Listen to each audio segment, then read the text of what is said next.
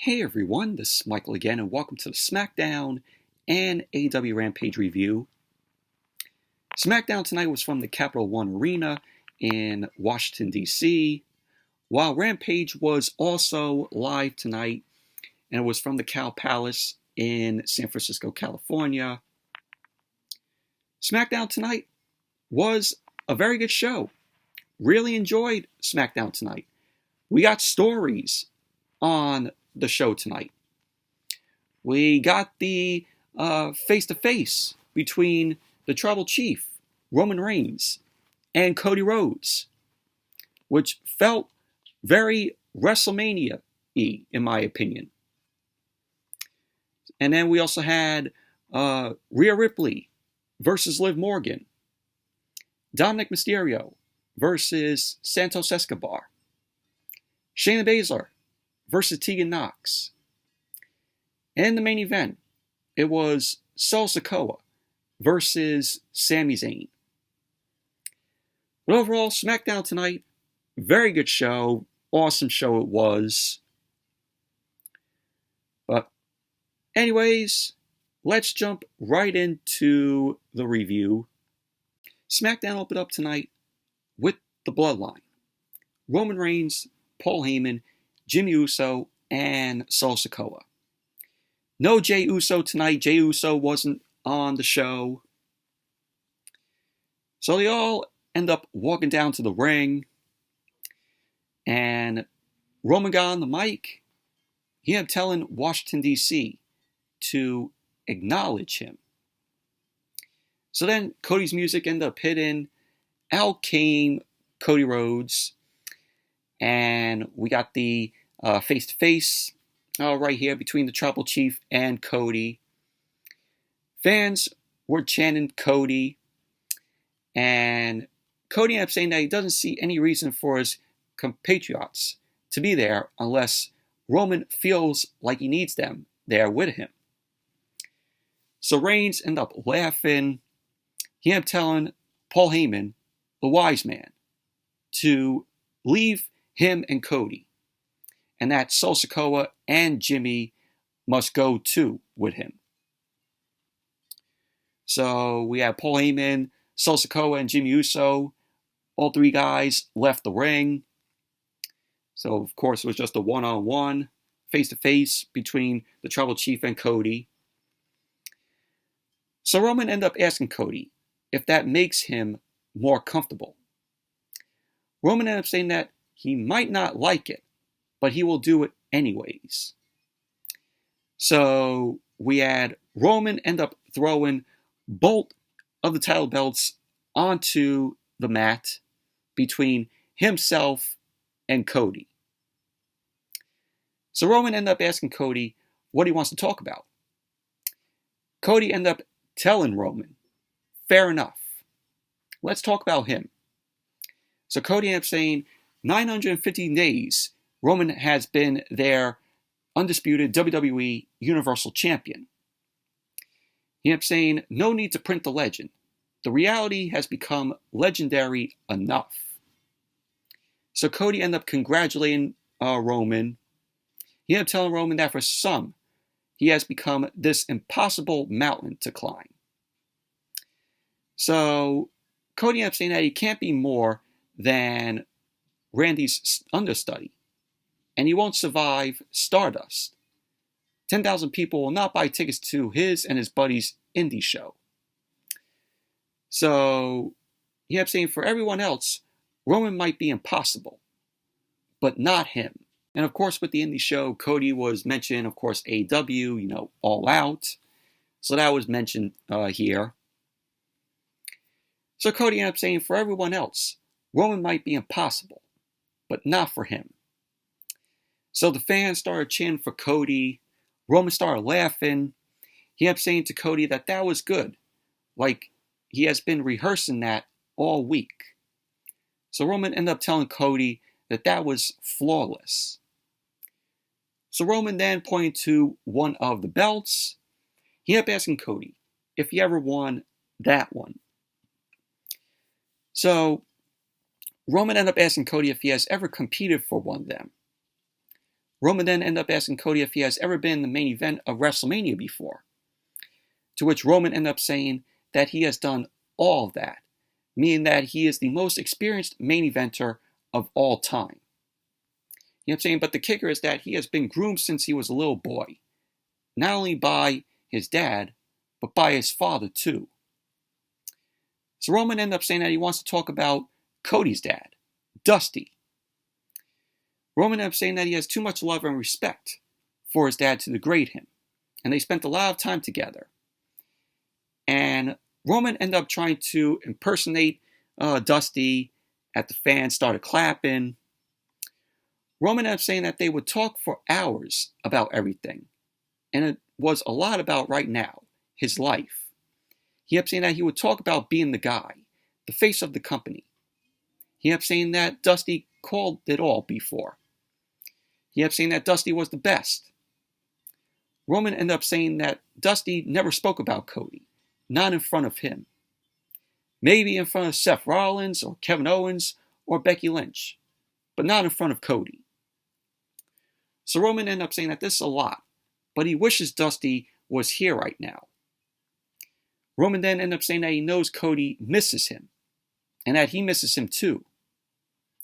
So Roman then picked up his 2 belts, and he ended up saying that he knows he isn't here anymore. He knows Dusty isn't here anymore.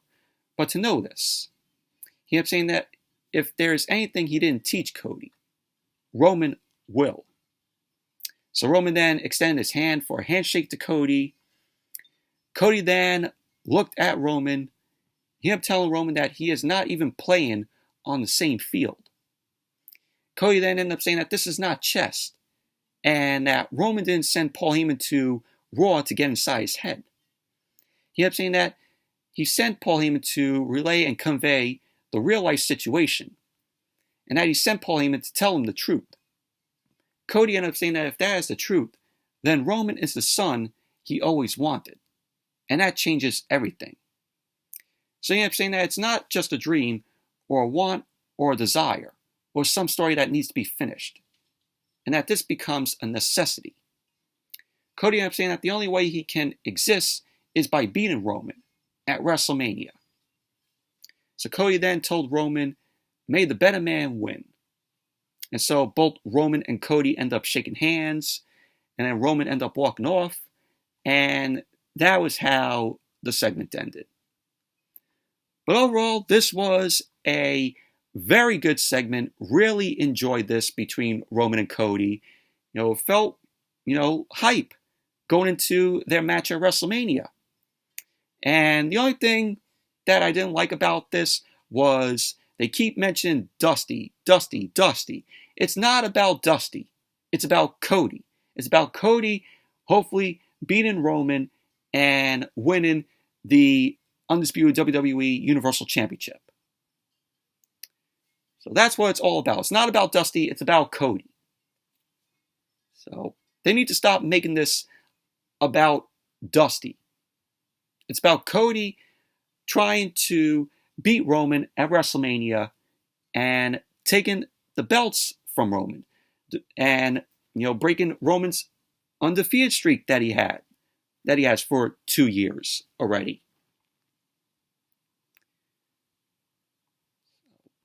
But overall, good segment it was. And then we had the first match of the night. Rhea Ripley versus Liv Morgan. Rhea Ripley was, of course, accompanied by Dominik.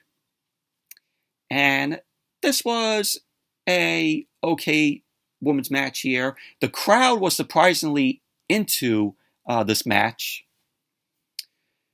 So the match got underway by Liv Morgan delivering a drop kick to Rhea Ripley in the corner. Liv ended up delivering some right hands to Rhea.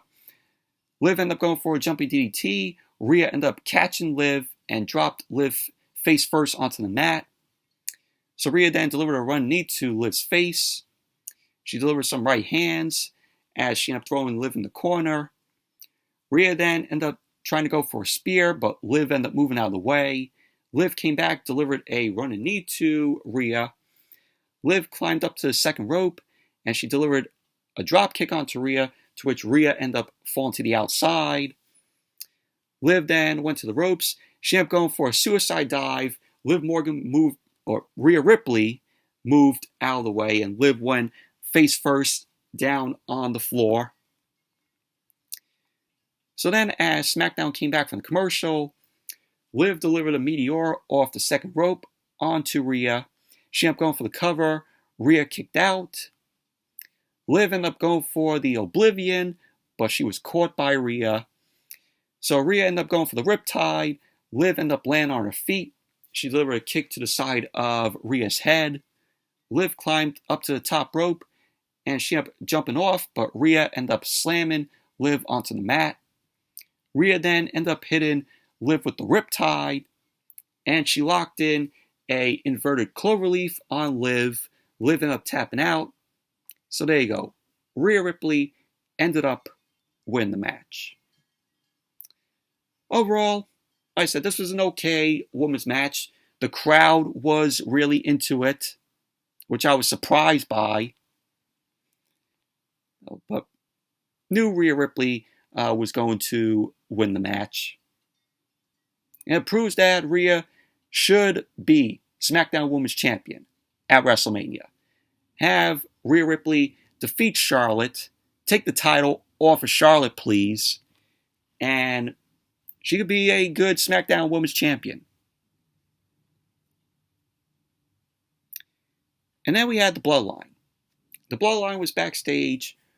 Roman ended up asking Jimmy if he spoke to Jay. Jimmy ended up telling Roman that Jay is a hothead and that he needs some time. So Roman then ended up asking him, how much? Jimmy ended up saying that he spoke to Jay this morning and he was better today than he was yesterday and the day before. So Reigns ended up saying that he is running out of patience. So Jimmy ended up saying he'll tell Jay. So pretty much that was basically that. And then we saw Dominik and Rhea Ripley walking backstage.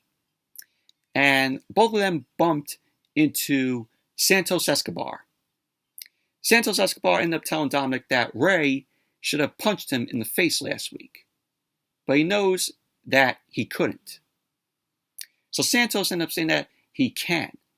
And if Dominik is half the man he says he is, he will meet him in the ring, man to man, without Rhea Ripley out there. So Santos Escobar wanted to go one-on-one with Dominik.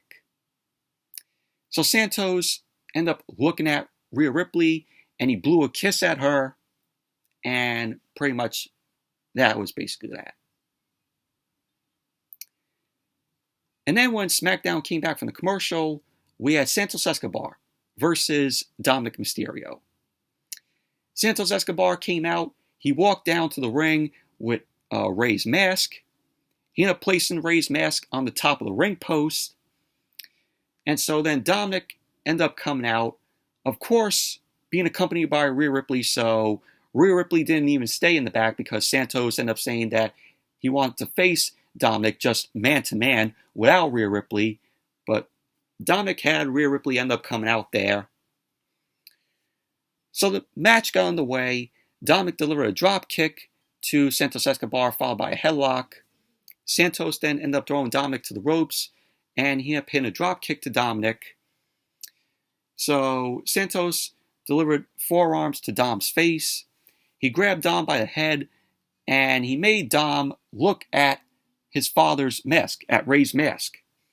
And Santos was screaming at Dom, saying, "This is his legacy." So Dom then spit on the mask, and Santos ended up slamming Dom into the mat. Santos then delivered a Mexican surfboard, and he let go of the hold.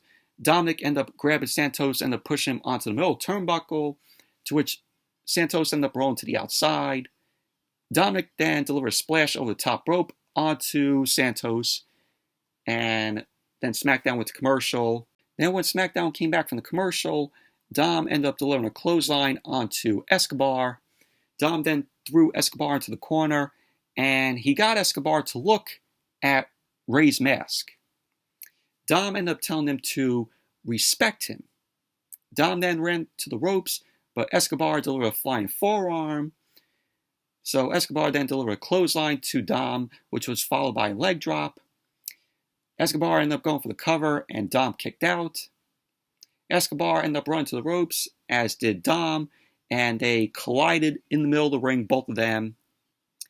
Dom ended up taking out Brass Knucks, and he distracted the ref as Rhea Ripley ended up grabbing Escobar to the outside, and Rhea ended up hitting Escobar with the Riptide. She threw Escobar back into the ring. Dom climbed up to the top rope, and he hit the frog splash, and he ended up going for the cover, and there you go. Dom ended up winning the match. Got help, of course, by Rhea Ripley. So post-match, Dom ended up grabbing Ray's mask, his father's mask, and he ripped the mask. And then out came Ray. Dom and Rhea were walking back. Ray ended up shaking his head. And of course, Dom ended up telling his father, "Hit me! Hit me!" And so Dom ended up telling Ray to hit him, and he will give him his mask. Dom then dropped the mask onto the floor. Ray ended up going to pick the mask up, and Dom ended up hitting Ray with a right hand. And pretty much that was basically that. But overall, I thought this was a decent match between Santos Escobar and Dominik Mysterio. Loving the pairing with Santos Escobar and Rey Mysterio. Really liking this story with them.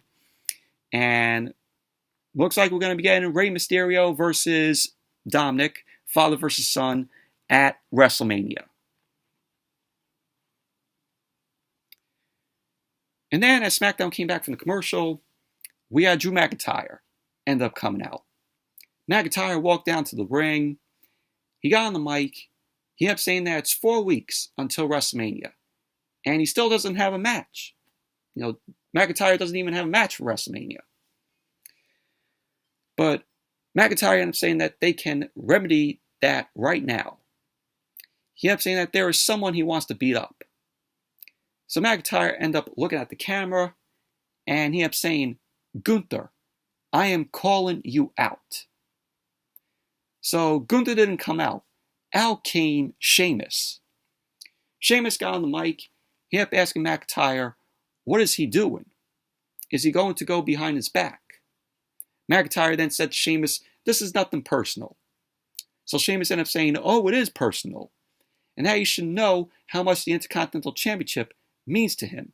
McIntyre ended up telling Sheamus to calm down, but Sheamus was like, "Oh, don't tell me to calm down." So McIntyre ended up saying that he doesn't have to ask his permission. He isn't his parents. So Sheamus ended up saying that is right. He is not his parents. But he thought he was his brother. But he isn't. So Sheamus then ended up calling McIntyre a backstabbing bastard.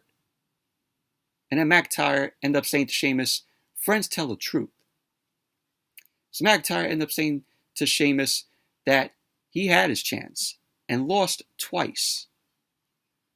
And then out came LA Knight. LA Knight, he came out.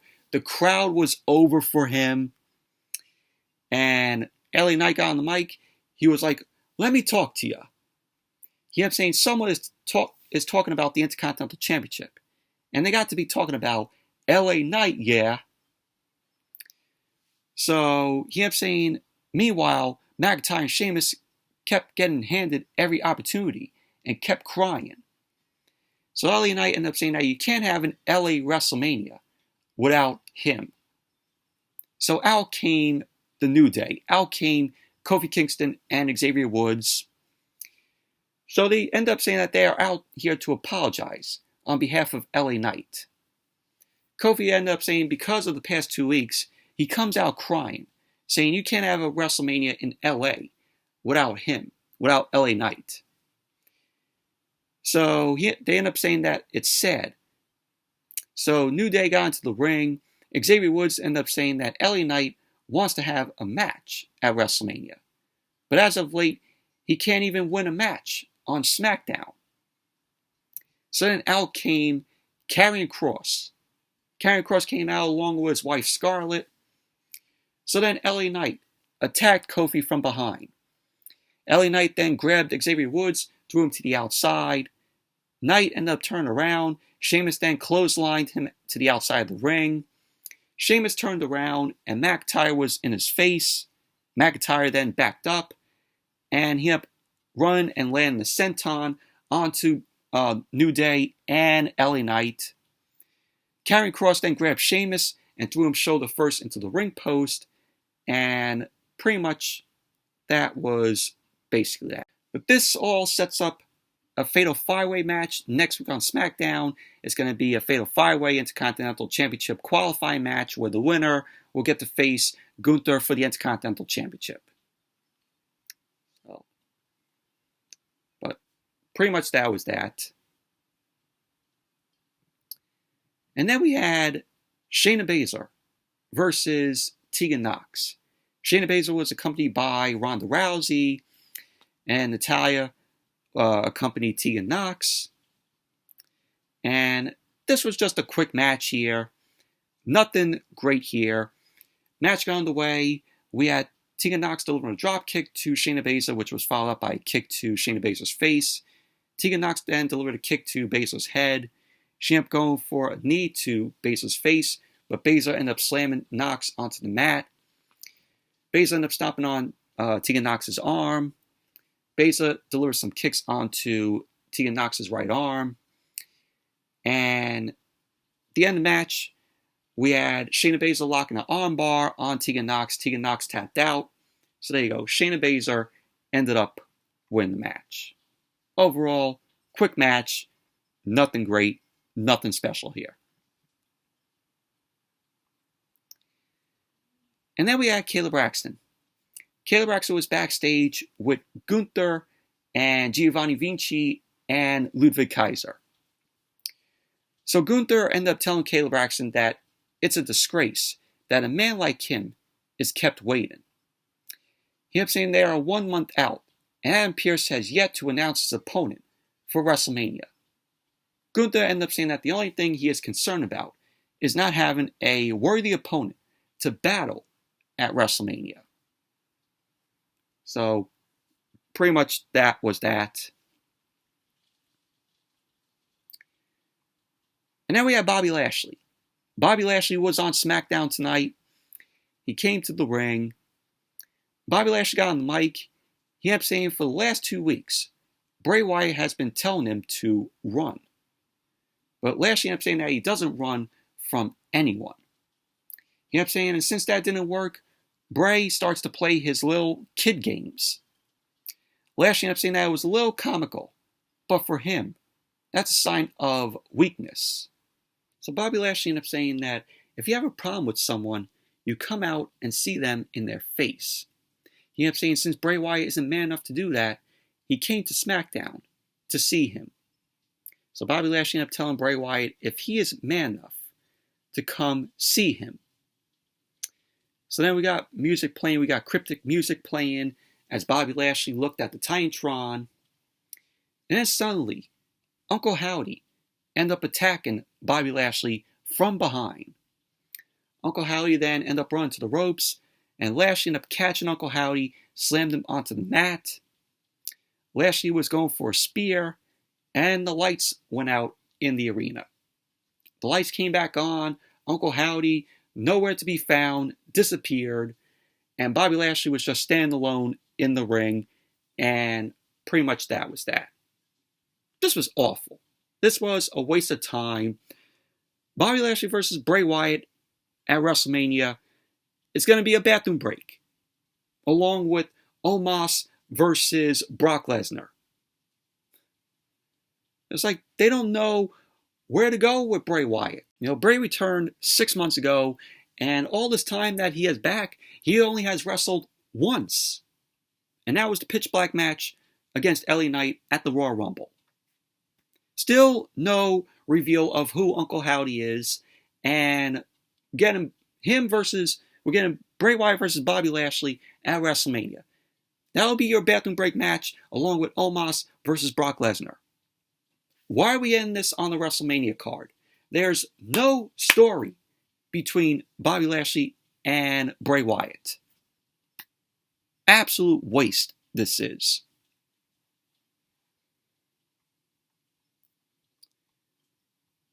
And then we went backstage and we saw the bloodline. Jimmy ended up telling Roman that he spoke to Jay, and Jay ended up telling him that he needs a little bit more time. And actually what he really said was to leave him the hell alone. So Roman ended up saying that after everything they did for him, he ended up saying that this didn't start happening until Sami Zayn came around. Maybe that is where Jay got selfish. So Roman ended up saying that he's going to fix the Sami Zayn problem.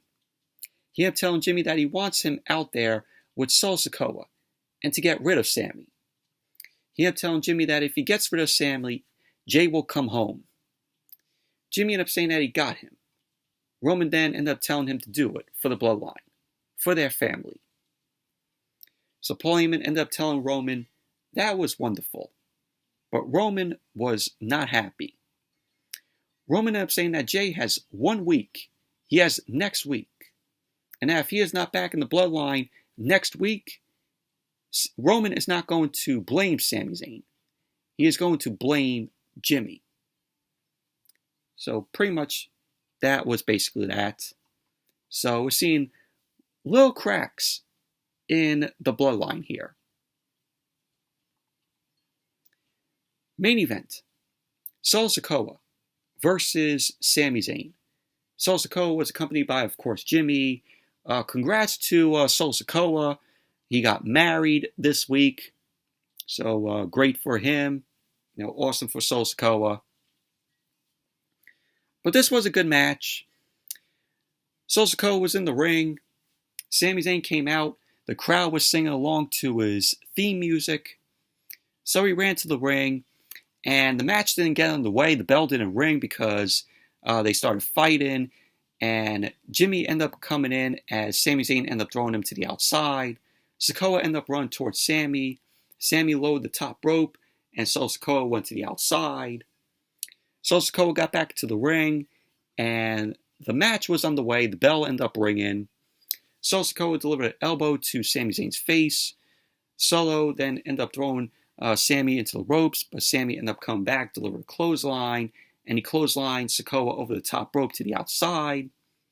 Sami then went to the outside, and he was face-to-face with Jimmy.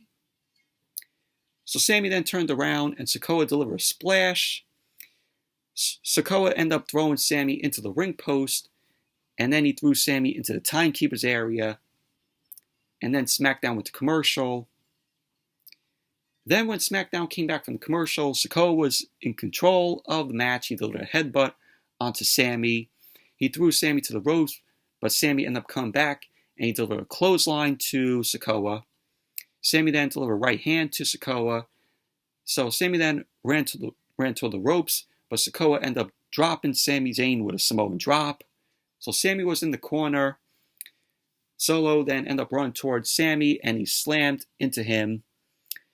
Sikoa then ended up placing Sami on the top rope, but Sami ended up delivering a right hand and a kick to Sikoa's face. And then Sami then laid out Sikoa with a tornado DDT off the second rope. Sami ended up going for the cover, but Sikoa ended up kicking out. So Sami then ended up going for the Blue Thunder Bomb, but he couldn't pick Sikoa up. So Sikoa started delivering some right hands to Sami. Sikoa ended up going for a splash onto Sami, but Sami moved out of the way. Sami then ended up hitting Sikoa with the Blue Thunder Bomb.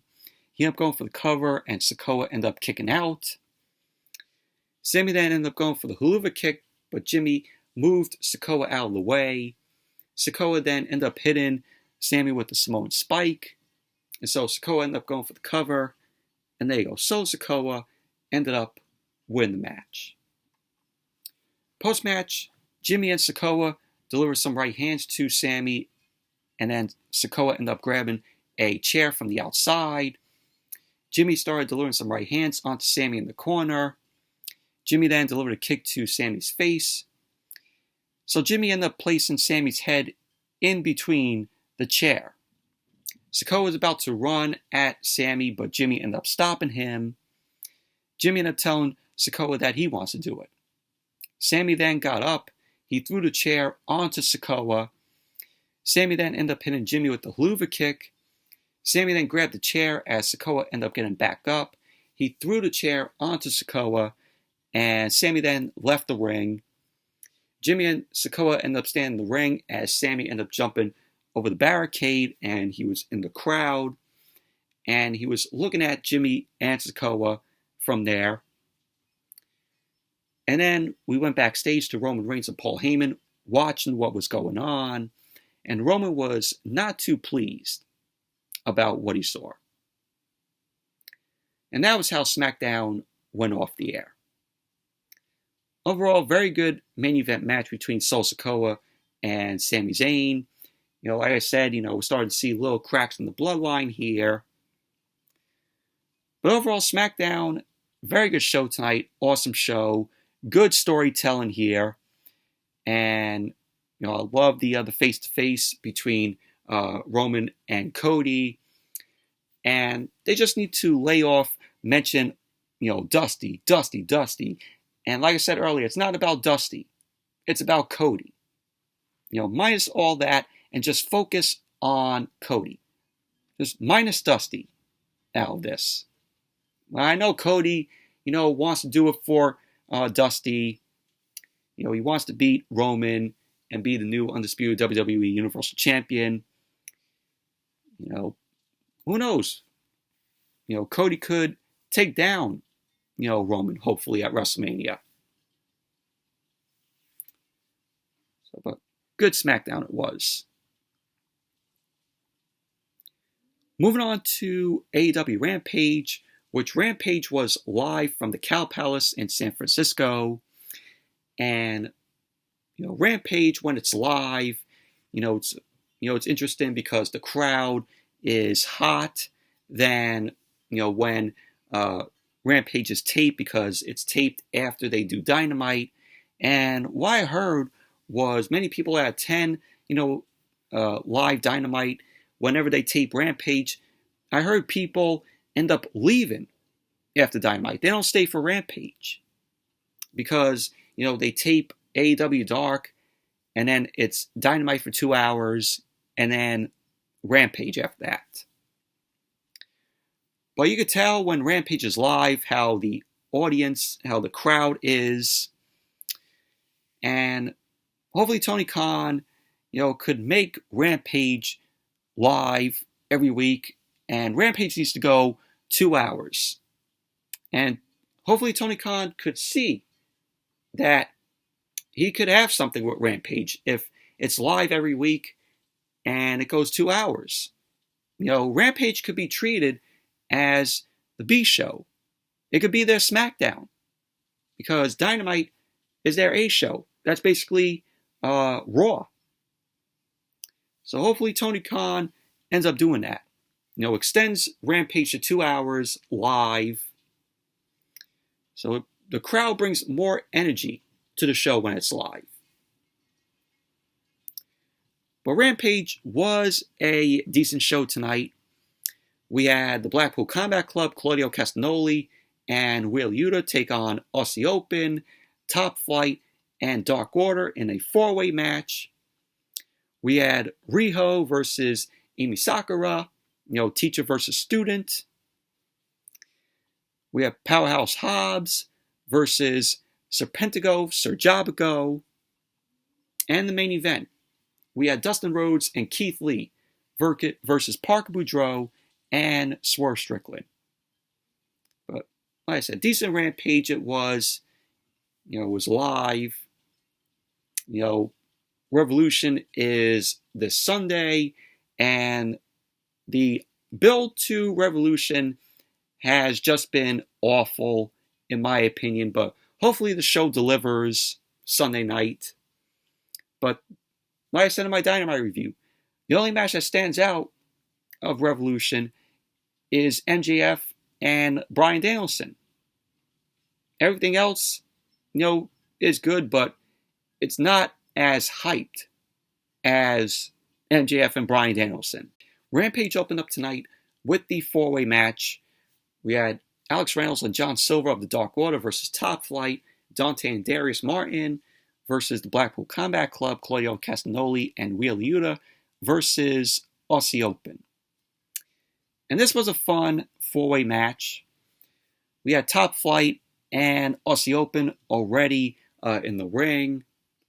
And then Claudio Castagnoli and Wheeler Yuta came out.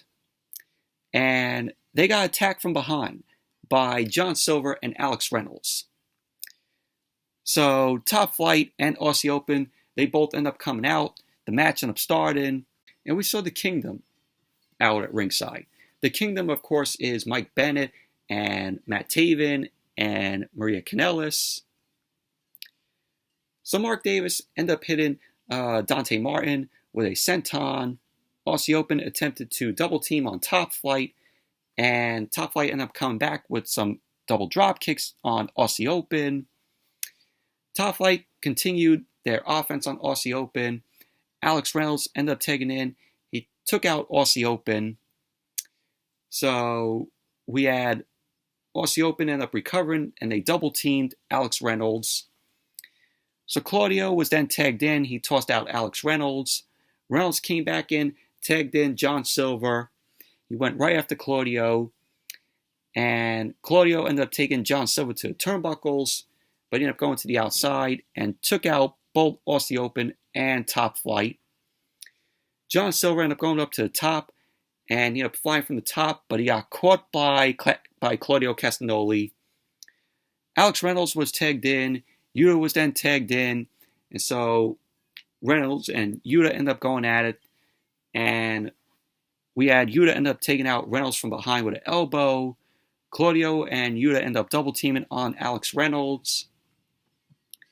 And then as Rampage came back from the commercial, Claudio ended up continuing the offense on Alex Reynolds. He ended up dropping Alex Reynolds. Claudio then tagged Yuta in. Yuta ended up taking out John Silver. Yuta was then taken down. And we had Alex Reynolds ended up taking in Dante Martin. Top Flight ended up taking out both members of Aussie Open. Aussie Open ended up recovering as Mark Davis and Kyle Fletcher ended up powerbombing Dante. And we had Dante end up kicking out at 2. But Aussie Open is just entertaining. Both Mark Davis and Kyle Fletcher, just awesome. They're from New Japan. So Claudio ended up coming in. Both Davis and Fletcher end up taking out Claudio Castagnoli. So Davis ended up going to hit Claudio, but Claudio ducked, and Davis ended up taking out his partner, Kyle Fletcher. Darius Martin ended up coming in, and we had Yuta end up tossing out John Silver. He ended up pinning Darius for the win. So Claudio Castagnoli and Wheeler Yuta end up winning the match. Post-match, Alex Reynolds ended up coming in. He ended up attacking Yuta, but Claudio and Yuta ended up fighting them off. John Silver and Yuta ended up fighting to the back. And pretty much that was basically that. But overall, very fun match. It was. The crowd was into it. So, Aussie Open and Top Flight. I wish either one of those teams won the Casino Battle Royal on Dynamite on Wednesday. I wish they went with Aussie Open or Top Flight. They deserved it more than Danhausen and Orange Cassidy.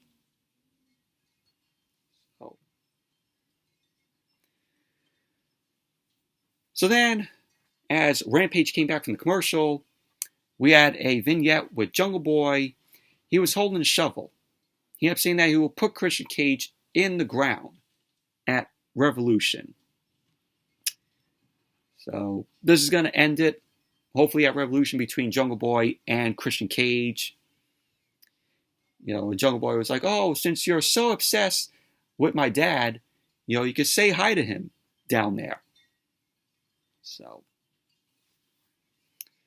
but that was that. And then we had Riho versus Amy Sakura. This was a decent women's match here. Riho and Amy Sakura. This is teacher versus student. Amy Sakura end up training Riho. So the match got underway. Both women end up locking up. Sakura end up hitting Riho with some chops. The fans were behind Riho here. So we had Sakura end up chopping away at Riho. She ended up taking her down. Sakura had Riho in the corner. Riho ended up getting up. She ended up running at Sakura. We ended up catching her, ended up dropping Riho down. Riho then ended up tossing Sakura to the corner. She ended up hitting Sakura with a run knee. Riho ended up going for the cover, and Sakura ended up kicking out. So Riho continued the offense on Sakura. Sakura ended up going to the floor. Riho got on the top rope as Sakura ended up getting up. Riho ended up running at Sakura, but she was caught by Sakura. Sakura ended up tossing Riho against the guardrail. So Sakura ended up hitting Riho with the knee against the guardrail. And then as Rampage came back from the commercial, Riho was in control of the match. She attempted to come back with some blows on Sakura. Riho ended up tripping Sakura, ended up hitting her with a tiger kick. Riho ended up covering Sakura, and Sakura ended up kicking out. And when Riho ended up doing the tiger kick, the way she did it looked more like a 619. So Sakura ended up coming back. She ended up hitting Riho with a splash in the corner. She ended up going for the cover, and Riho ended up kicking out. So Riho came back with a backslide as Sakura countered and attempted to pin Riho, but Riho kicked out. So Sakura ended up nailing Riho. She ended up going up to the top rope, and she delivered a moonsault as Riho ended up moving. So Riho then rolled up Sakura, and there you go. Riho ended up winning the match. So whoever wins the three-way women's match at Revolution on Sunday, Riho will have her eyes on whoever wins. So I think if Jamie Hayter wins, she will get to face Riho. I think Riho will be the opponent next for Jamie Hayter for the AEW Women's World Championship. And then we had Powerhouse Hobbs versus Serpentico, Sir Jabaco. So Hobbs ended up coming out with his Face of the Revolution ladder match ring, the Sonic the Hedgehog ring, which he won on Dynamite on Wednesday. Good ovation from the crowd for Hobbs. And you all know who won this match. Hobbs ended up winning. It's Sir Jabaco. So we had Hobbs end up picking him up, put him in the torture rack, dropped him, got the win. Post-match, Hobbs got on the mic. He ended up saying this Sunday, it doesn't matter if it's Samoa Joe or Wardlow. The next chapter in the book of Hobbs is the TNT Championship, or the hot potato title, as I would call it, because the TNT Championship is being booked like a hot potato title.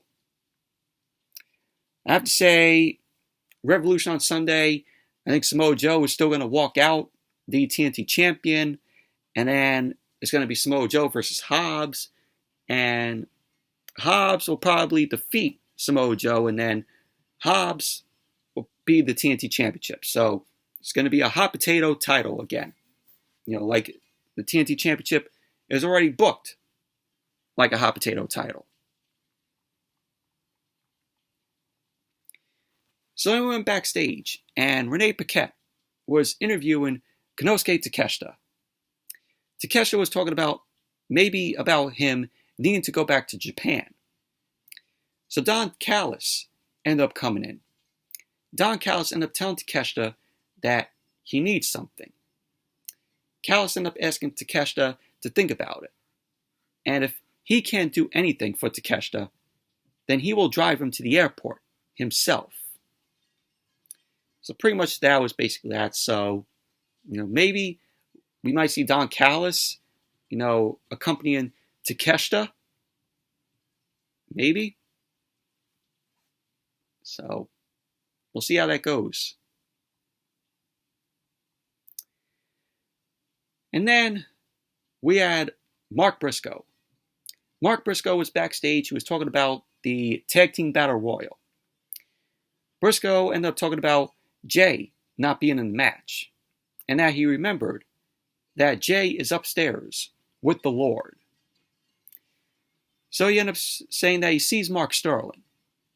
And then the Lucha Brothers end up coming in.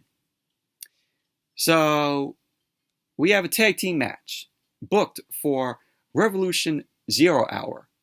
It's going to be Tony Nese, Josh Woods, and Mark Sterling versus the Lucha Brothers and Mark Briscoe.